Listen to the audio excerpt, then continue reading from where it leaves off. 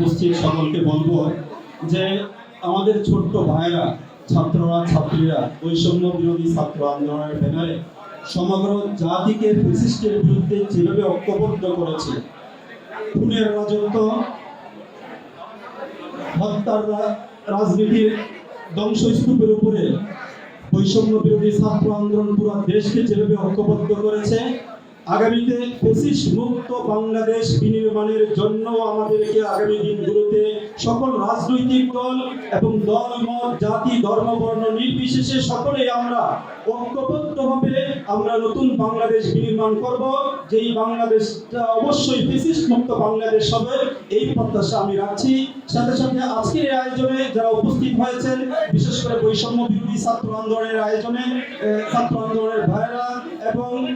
আহত যে সকল আমাদের ভাইরা উপস্থিত হয়েছেন এবং শহীদদের পরিবারের অনেক ভাইরা উপস্থিত হয়েছেন, সকলকে ইসলামী আন্দোলন বাংলাদেশের সংগ্রামী আমির হযরত পীর সাহেব চরমনায়ের পক্ষ থেকে সকলকে সংগ্রামী অভিনন্দন শুভেচ্ছা জানিয়ে শেষ করছি।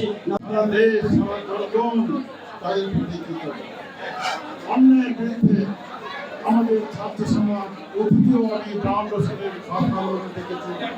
এখনো এই বৈষম্য ছাত্র পক্ষ থেকে যেভাবে ওই অন্যের বিরুদ্ধে রুখে দাঁড়িয়েছে, আমি তাদের প্রত্যেককে আন্তরিক ধন্যবাদ জানাই,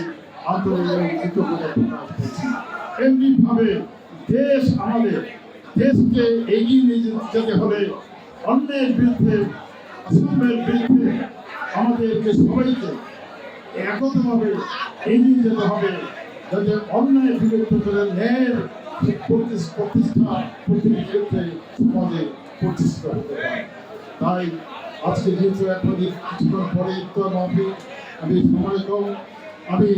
ছাত্র ছাত্রীদের যেভাবে ন্যায়ের পক্ষে এগিয়ে আসছে, আমি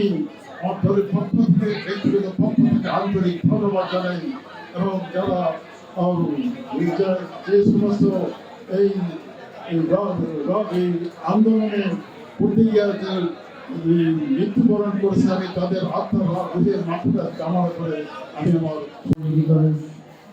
নম্বরে লেখাপড়া করতাম দ্বাদশ শ্রেণী। 19 জুলাই যখন জুমার নামাজ পড়ে সে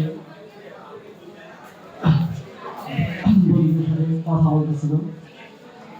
সেই সময় মিরপুর 10 নম্বরে কোটা আন্দোলনে জড়িত অনেক ছেলেদের উপরে গুলিবিদ্ধ করে, তখন আমার ভাইও সেখানে অংশগ্রহণ করে। এভাবে গুলি করছে যে তার ডান বুকের এখানে গুলি করে দেওয়ার পরে পিছন দিয়ে বের হয়ে গেছে। যখন তাকে হসপিটালে নেওয়ার জন্য অনেক চেষ্টা করে ছাত্ররা, তখন ওখানে হসপিটালের সামনেও পুলিশ তাকে গুলি করে। তারপরে দেরি হওয়ার কারণে, যার কারণে আমার ভাই হসপিটালে ডক্টর বলেন যে সে মৃত। এইভাবে যে দেশ গোটা আন্দোলনের কারণে যে ছাত্ররা মারা গেল, যে বৈষম্যের কারণে মারা গেল, আর যেন যে আমার ভাই যে রক্ত দিল, যে কারণে যে কোটা বিরোধী আন্দোলনের কারণে, দেশে বৈষম্যের কারণে যেন দেশে আর এরকম বৈষম্য না হয়, এটাই আমি দেশের মানুষ এবং যে ছাত্র ভাই আছে যারা আছে সবাই, প্রতি প্রতিনিধি আছে যারা,